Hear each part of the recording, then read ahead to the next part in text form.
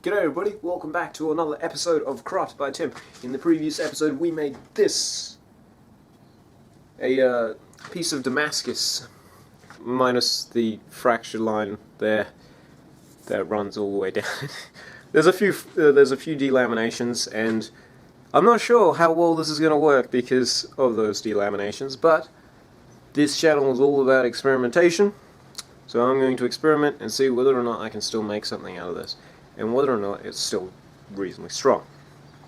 However, because I am worried about how strong this is going to be, I'm going to make not one thing, but two things that don't have to necessarily be very strong. Okay, so I'm going to be making a knife and a now knives generally are meant to be really strong, apart from if the knife is something like a neck knife, in which case they don't have to be necessarily very strong. And that is what I'm going to be trying to make. But first things first, I gotta clean this billet up, and I've got to reattach a handle to this side, so I'm just going to use a piece of rebar again, and hopefully we'll be able to get to work on it. Currently it's raining, so I might have to put off forging for a little while.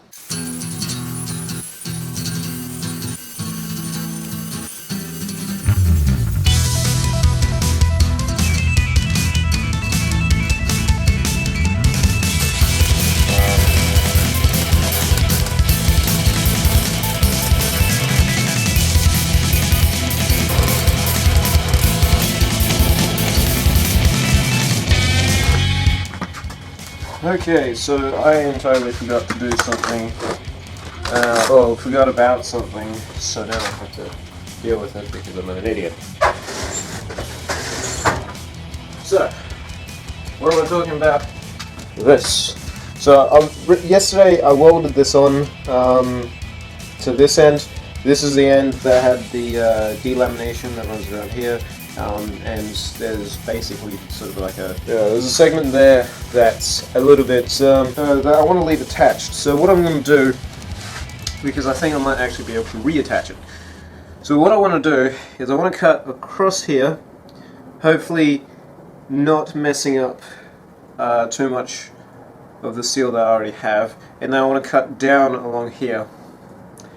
And then what I'm going to do is I'm actually going to flip this around and then reattach it on this end. The reason why I'm doing this is because I want to use a short segment of this end to be the and then I want to use the rest to be my knife.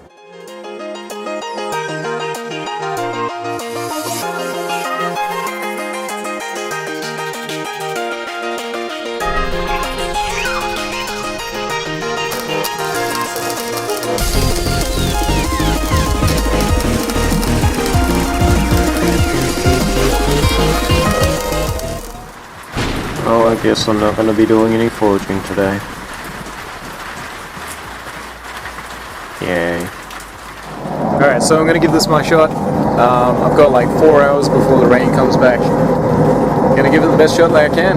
Hopefully this works. I don't have the forge where it used to be just yet, the rain. And instead I have it in a little bit more of a confinement.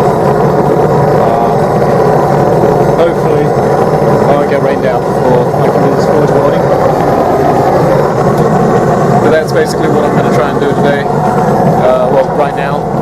So I'm just going to do as much forge welding as possible. Hopefully this works. If it does, it does. If it doesn't, it doesn't. I don't mind losing that little end bit. Should be okay. Anyway, I'm almost out of battery on this battery already, so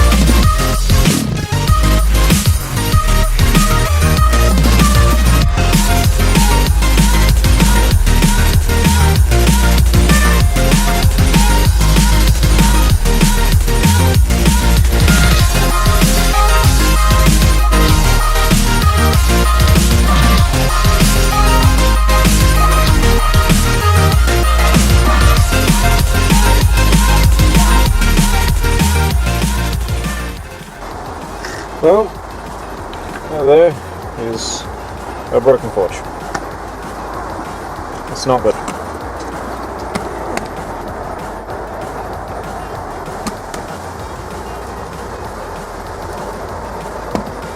So I've got to do some patchwork once this thing cools down. But yeah, really not good.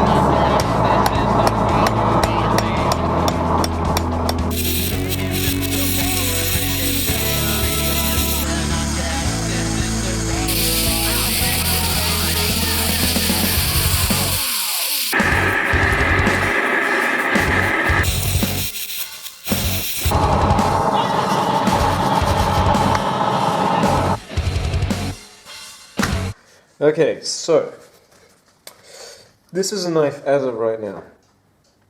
I don't like it. I thought the twist would look really cool, and my plan was to do something very similar to this one, where it's twisted and it looks like a railroad spike, or more so it looks like a dog peg knife, which is essentially a knife made from a dog peg, which is about 1/8 of the size of a railroad spike. Unfortunately, however, it just doesn't look good. So the plan is to have the blade, which is this part here, form into the tang, which is here, and then the tang will slowly thin out, come round, and then I'll have a piece of wood that fits into this part with a nice transition here, a piece of wood that goes over the top, and a piece of wood that will go underneath. Give it maybe 1 or 2 pins, maybe just a hollow pin up here. I don't know. I don't even know whether or not I have any hollow pins, but we'll see. And that is kind of what I'm thinking. So the plan for today is to undo this twist, roll out this again, and form this into a slightly longer tang, a little bit thinner, and drag it all the way around.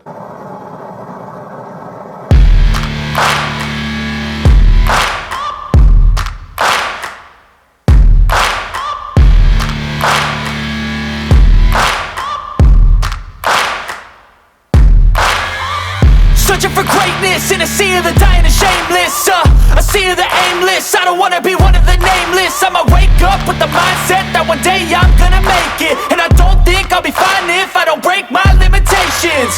Don't try to stop me, I exist to write my own story. I'll make a decision if I want some peace or if I want the glory. Yeah, don't want a life that is complacent or possibly boring. I just want a life that is worth every day exploring. My whole life I just wanted someone who would notice me.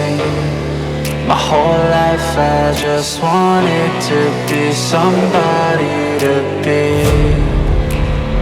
Yeah, I just wanna be great. Yeah, I just wanna be great. Yeah, I just wanna be great. Yeah, I just wanna be great. Yeah, I just wanna be great. Yeah, I just wanna be great.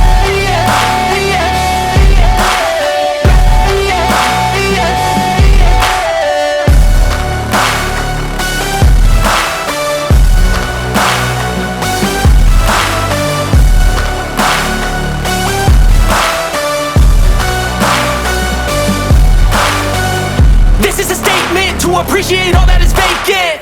It's just for the taking. If you make up your mind, you can take it. I'm never complacent. I would work in a mansion or basement. Yeah, there's no replacement for persistence. It's a patience. Yeah, in this life, I wanna be soaring. So I've just left the forge behind you. What I'm going to do is I'm going to do 2 normalizing cycles. So I'm going to heat it up to about non-magnetic, red hot, bright red color.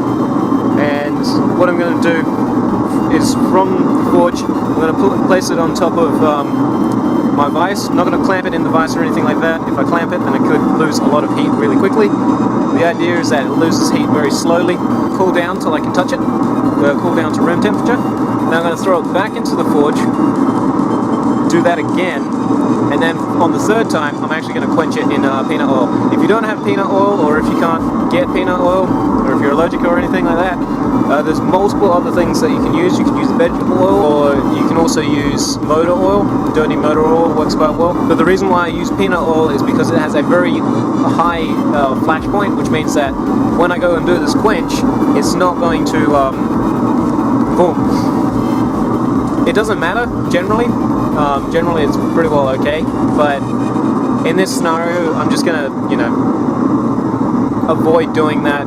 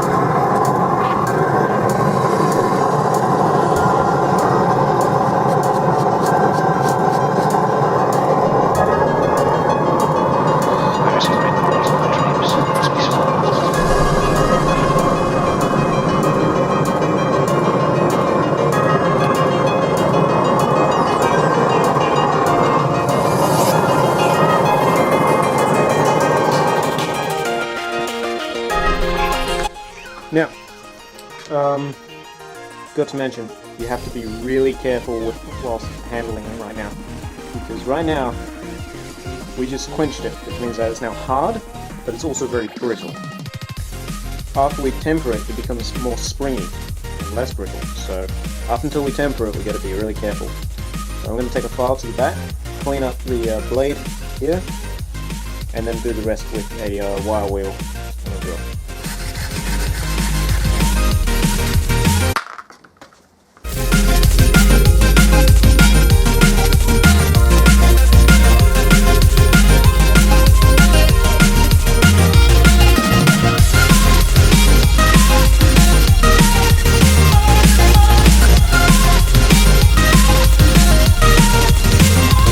Okay, so now we're at the stage where we're going to be doing the tempering. This is the knife as is. You'll probably notice that it still has a little bit of the black oxide on it and in a few places. It doesn't matter too much as long as we got the majority of it off, because it's going to smell a bit. That's another good thing about using peanut oil. If you don't mind the smell of burning peanut oil, it's not so bad. However, a lot of people have a problem with the smell of burning motor oil, so doing that inside a conventional oven, some people get kind of upset with you, or you smoke out the house. So I'm going to let this this oven heat up to 200 degrees Celsius. Then I'm going to chuck in the knife. I'm going to leave it on for an hour at 200 degrees Celsius. I'm going to then turn it off for an hour. Then I'm going to turn it back on for an hour. And then I'm going to turn it off and let it cool down as it needs it.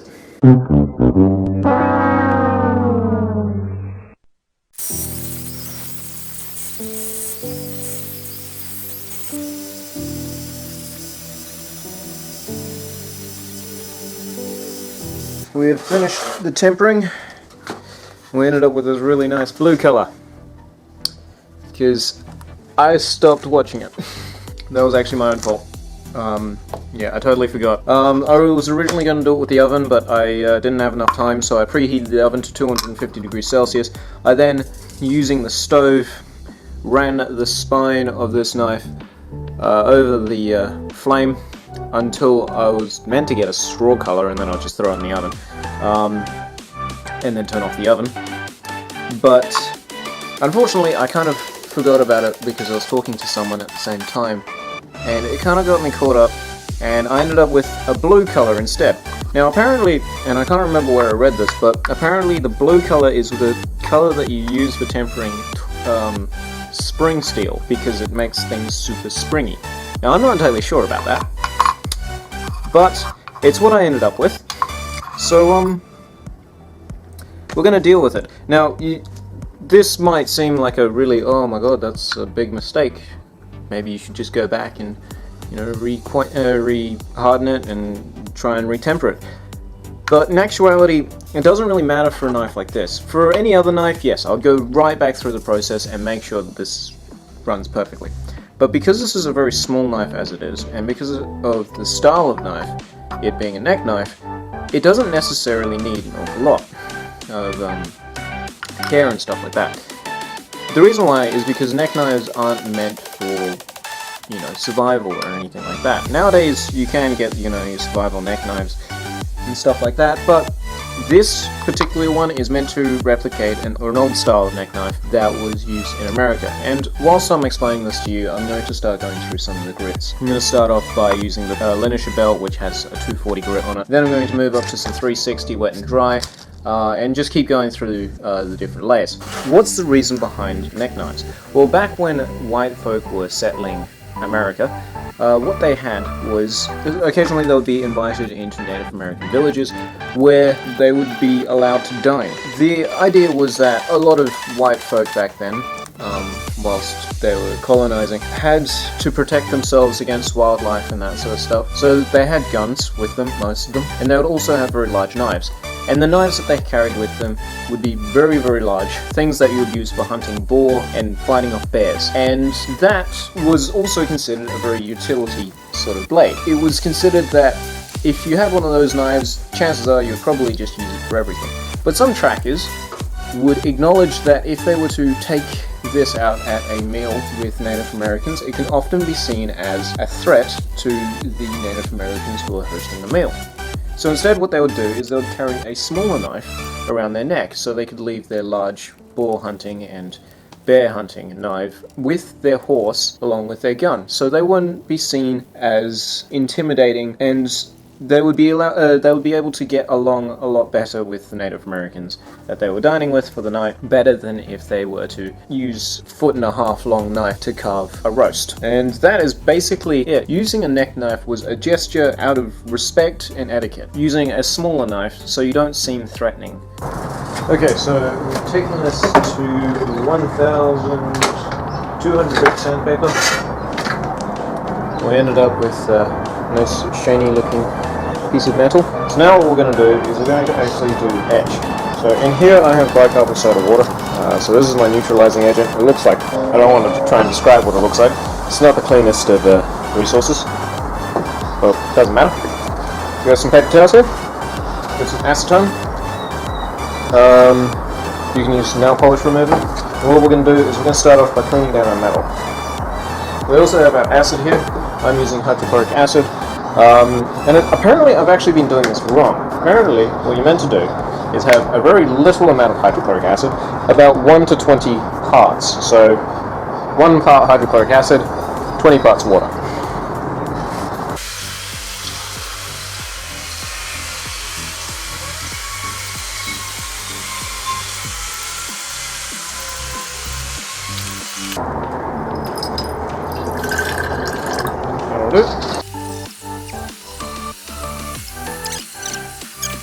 I guess that amount like perfectly, but it is sitting just below the surface. Nailed it. Okay, so this is after just 15 minutes. Let's see whether or not we got pattern. I can't really see pattern. It's kind of disappointing, but that's cool. I'll leave it in for an extra hour or so and see whether or not we get pattern. So this actually took a lot longer than what I thought it would. Approximately, it's been at least 6 hours sitting in just the acid straight. That was would have been about 30% hydrochloric acid, so it was highly concentrated. It still didn't etch the same way that I thought it would, which is interesting. But what I did end up with is a very interesting looking patina on it. And someone a long time ago asked me to make them a knife, and they asked me whether or not I could make them that was black, and I said, I've got no idea how to do that. Without, like, cold bluing material, cold bluing stuff, I had no idea. But apparently, if you leave it in hydrochloric acid for a long period of time, it ends up turning black anyway, which is cool.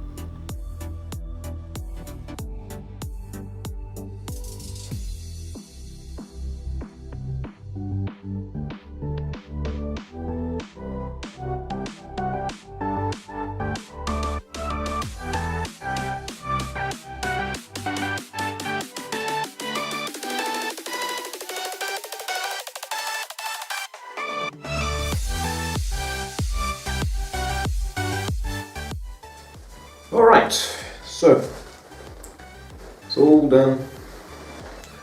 It's looking pretty, really nice actually. I'm really happy with this. The grain ended up being very straight, but it's okay. It actually kind of suits it, I guess. And the sheath turned out alright too, regardless of the fact that I didn't film anything. I was using some stuff called dubbin to sort of finish the sheath and waterproofs it, and it makes it nice and supple. But I got some on my hands, which is perfectly okay because it's just wax and oils. But now my hands are like really, really soft.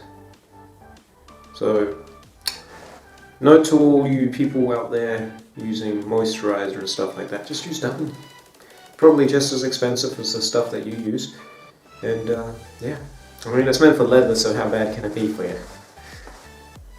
Could probably be pretty bad. You probably shouldn't use dubbin. There will be more blacksmithing projects, and there will be the other part of this, Damascus. I'll be definitely turning that into something. But for now, yeah, thanks. Subscribe so you get notified when I do some more blacksmithing, or if you want, you can just check out some more woodworking. Anyway, thank you very much for watching this video. Stay safe, happy crafting, and as always, cheers.